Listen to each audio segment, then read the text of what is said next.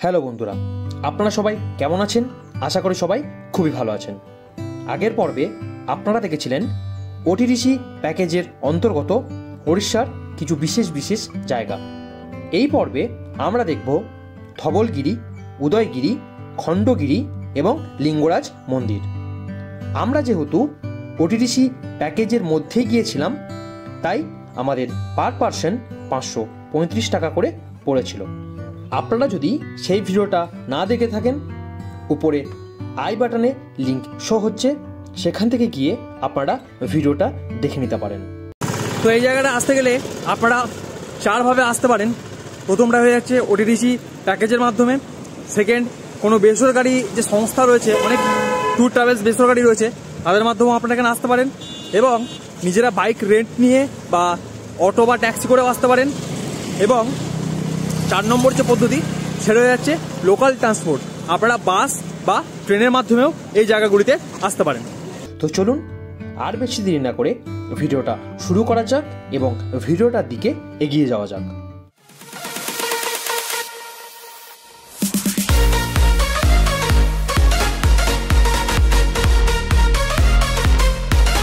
তো আমরা এখন এলাম আমাদের নেক্সট ডেস্টিনেশন ধবলগিরি পাহাড়ে। তো এখানে আমাদের ওটিডিসি বাস একটা জায়গায় এসে দাঁড় করে দিয়েছে, একটা পার্কিংয়ে। দেখতে পাচ্ছেন আমাদের পিছনে গাড়ি দাঁড়িয়ে পড়েছে, এবং এখান থেকে আমাদেরকে টেম্পো ট্রাভেলার গাড়ি রয়েছে, সেই গাড়ি করে নিয়ে যাবে ধবলগিরি পাহাড়ের উপরে। এটা ধবলগিরি পাহাড়ের নিচে। এখান থেকে এই যে দেখতে পাচ্ছেন টেম্পো ট্রাভেলার রয়েছে, এই যে ট্রাভেলার গাড়িগুলো, এই ট্রাভেলার গাড়িগুলো করে আমাদেরকে ওপরে নিয়ে যাবে। তো চলুন উপরে গিয়ে একদম কথা হচ্ছে। তো দেখুন, এই হচ্ছে যে টেম্পো ট্রাভেলার গাড়ির এরিয়া। তো এই হচ্ছে 2x2 এদিকে বাস, এই হচ্ছে সিট। দেখুন এরকম সিট, আপনারা সচ্ছলভাবে বসতে পারবেন এদিকে। আর দুদিকে জানলাও রয়েছে, এটা এসি গাড়ি নয়। তো দেখুন আমাদের টেম্পো গাড়ি এসে গেছে, এবং এই যে সিঁড়িটা, এই সিঁড়িটা দিয়ে আমাদেরকে উপরে যেতে হবে। তো চলুন আপাতত উপরে যাওয়া যাক। আর ওই সিঁড়ি দিয়ে এসেই একটু এগিয়েই দেখুন, এই হয়ে যাচ্ছে আমাদের ধবলগিরি। দেখুন খুব সুন্দরভাবে দেখা যাচ্ছে এখান থেকে। আর আপনাদেরকে এই নিচে জুতো খুলে তারপরে উপরে উঠতে হবে। ধবলগিরি মন্দিরটি ধবলগিরি পাহাড়ের উপরে অবস্থিত। ধবল কথার অর্থ হল সাদা, এবং গিরি কথার অর্থ হল পাহাড়, অর্থাৎ সাদা রঙের মন্দির যেটি পাহাড়ের উপরে অবস্থিত। এই মন্দিরটি একটি শান্তির প্রতীক, যার অপর নাম পিস প্যাগোডা। সিঁড়ি দিয়ে উপরে উঠেই এখানে গৌতম বুদ্ধের সুন্দর একটা মূর্তি রয়েছে, এবং এই চারিপাশে, মন্দিরের চারিপাশেই গৌতম বুদ্ধের বিভিন্ন রকম মূর্তি রয়েছে। তো চলুন সেগুলো দেখা যাক।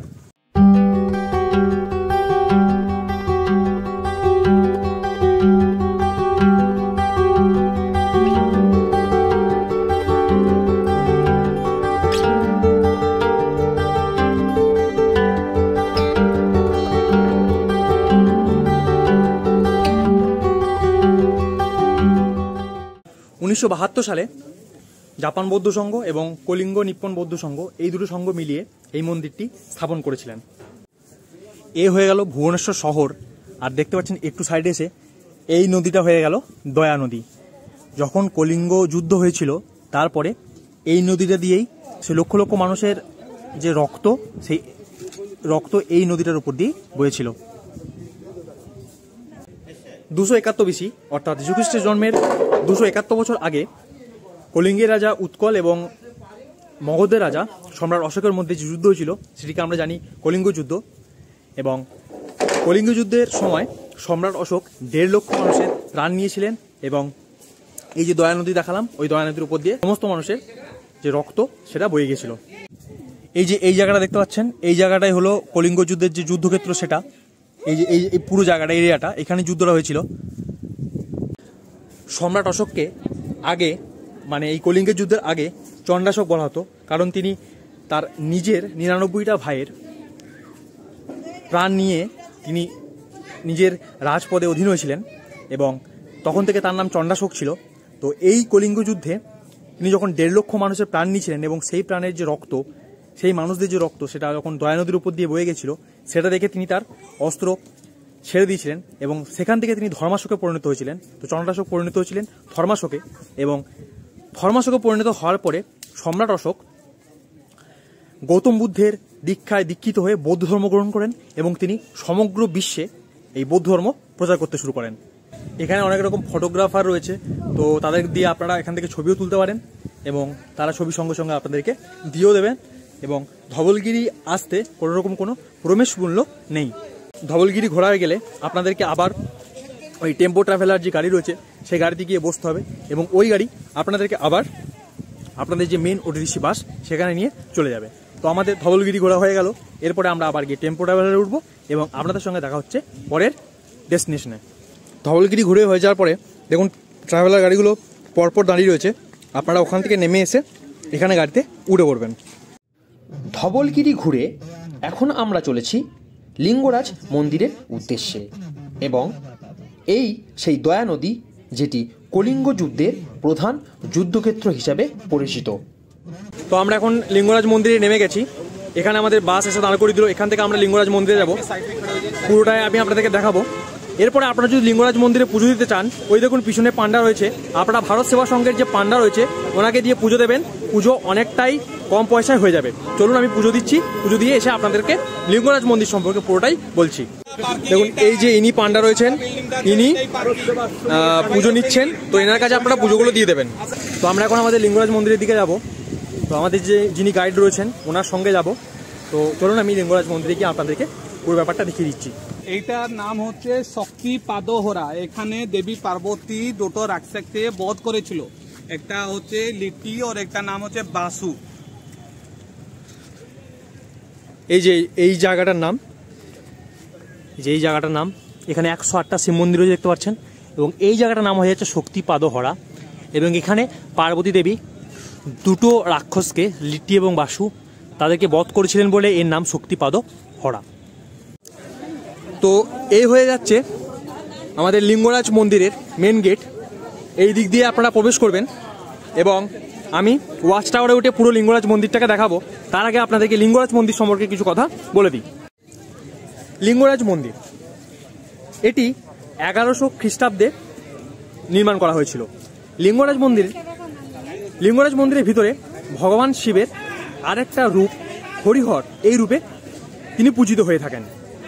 হরিহর কথার অর্থ হলো হরি মানে শ্রী বিষ্ণু, এবং হর কথার অর্থ হলো মহাদেব, অর্থাৎ এখানে মহাদেবের সঙ্গে শ্রী বিষ্ণু একসঙ্গে দুজনে মিলে পূজিত হয়ে থাকেন একই লিঙ্গে। এবং আমরা জানি যে মহাদেব শুধুমাত্র বিল্লপত্র অর্থাৎ বেলপাতায় পূজিত হন, কিন্তু এই মন্দিরের ভিতরে তিনি বিল্লপত্র এবং তুলসী পত্র মানে তুলসী পাতা দিয়েও তিনি পূজিত হয়ে থাকেন, দুটো পাতায় একসঙ্গে পূজিত হয়ে থাকেন। লিঙ্গরাজ মন্দির এই পুরীর সব থেকে পুরনো মন্দির। পুরীর যে জগন্নাথ মন্দির, সেই জগন্নাথ মন্দিরের আগেও এই মন্দির নির্মাণ করা হয়েছিল। এই মন্দিরের অনুকরণেই পুরীর জগন্নাথ মন্দির তৈরি করা হয়। পুরীর যে লিঙ্গরাজ মন্দির, সেই লিঙ্গরাজ মন্দিরকে স্বয়ংভূ এই নামে বলা হয়, কারণ ভূগর্ভ থেকে বাবা মহাদেব উঠে এসেছিলেন, তখন তার উচ্চতা ছিল 8 ফুট মতো, এখন সেই উচ্চতা কমে গিয়ে 2 ফুটে দাঁড়িয়েছে। বলা হয়ে থাকে যে কলির যত প্রভাব বাড়তে থাকবে তত এই শিবের উচ্চতা কমতে থাকবে, যখন এই শিব আবার পাতালে চলে যাবে সেই দিনকেই এই কলিযুগের সমাপ্তি ঘটবে। তো চলুন আপাতত মন্দিরের দিকে যাওয়া যাক এবং মন্দিরের ভিতরে ঢুকে ভগবান শিবকে দর্শন করা যাক এবং পুজো দেওয়া যাক। মন্দিরের ভিতর প্রবেশের জন্য প্রবেশ মূল্য নেই ঠিকই, কিন্তু এখানে পুলিশের চেকিং হবে, তাই আপনারা আপনাদের মোবাইল ফোন এবং জুতো এখানে জমা দিয়ে তবেই মন্দিরের ভিতরে প্রবেশ করবেন। এ হয়ে যাচ্ছে লিঙ্গরাজ মন্দির, এবং ওদিক থেকে এদিকে এসে এই যে রাস্তা দেওয়া যাচ্ছে, এদিকে বাঁ দিকে গিয়ে আপনারা পেয়ে যাবেন ওয়াচ টাওয়ার। তো চলুন ওয়াচ টাওয়ারে যাওয়া যাক এবং ওয়াচ টাওয়ার থেকে লিঙ্গরাজ মন্দিরকে আপনাদেরকে দেখানো যাক। তো এই হয়ে যাচ্ছে ওয়াচ টাওয়ার, তো চলুন ওয়াচ টাওয়ারে ওঠা যাক। দেখুন আপনাদেরকে বলেছিলাম লিঙ্গরাজ মন্দির দেখাবো, তো এই হয়ে যাচ্ছে লিঙ্গরাজ মন্দির, এই হয়েছে ওয়াচ টাওয়ার। ওয়াচ টাওয়ার থেকে লিঙ্গরাজ মন্দিরকে খুব সুন্দরভাবে দেখা যায়, এবং লিঙ্গরাজ মন্দিরের ভিতরে প্রায় 108টার উপর বাবা মহাদেবের ছোট ছোট মন্দির করা রয়েছে। এরকম দেখছেন, এরকম ছোট ছোট মন্দির, এর থেকেও ছোট ছোট মন্দির করা রয়েছে। এবং লিঙ্গরাজ মন্দিরটাকে দেখুন, লিঙ্গরাজ মন্দিরটা একদম পুরী জগন্নাথ দেবের মন্দিরের মতনই আপনাদের দেখে মনে হবে, কিন্তু প্রথমে এই মন্দির, তারপরে আমাদের পুরী জগন্নাথ দেবের মন্দির। দেখুন উপরে ধ্বজা উঠছে এবং এখন ভোগ হচ্ছে এবং এই হয়ে যাচ্ছে লিঙ্গরাজ মন্দির। লিঙ্গরাজ মন্দির ঘুরে এখন আমরা চলেছি উদয়গিরি এবং খণ্ডগিরির উদ্দেশ্যে। তো চলুন সেই দিকে যাওয়া যাক।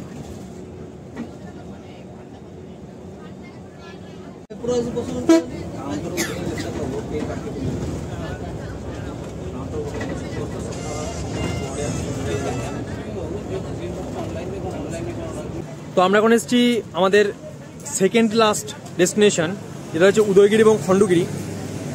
উদয়গিরি খণ্ডগিরিতে প্রবেশ মূল্য হচ্ছে 15 টাকা করে। উদয়গিরি এবং খণ্ডগিরি ঘোরার জন্য আপনাদেরকে টোটাল 30 মিনিট দেওয়া হবে এখানে পুরোটা কভার করার জন্য। এখানে দুটো বড় বড় পাহাড় রয়েছে, আমি আপনাদেরকে দেখাবো সেটাও। তো চলুন উদয়গিরি এবং খণ্ডগিরির দিকে যাওয়া যাক। তো আমরা এখন এসেছি আমাদের নেক্সট ডেস্টিনেশন উদয়গিরি এবং খণ্ডগিরির দিকে।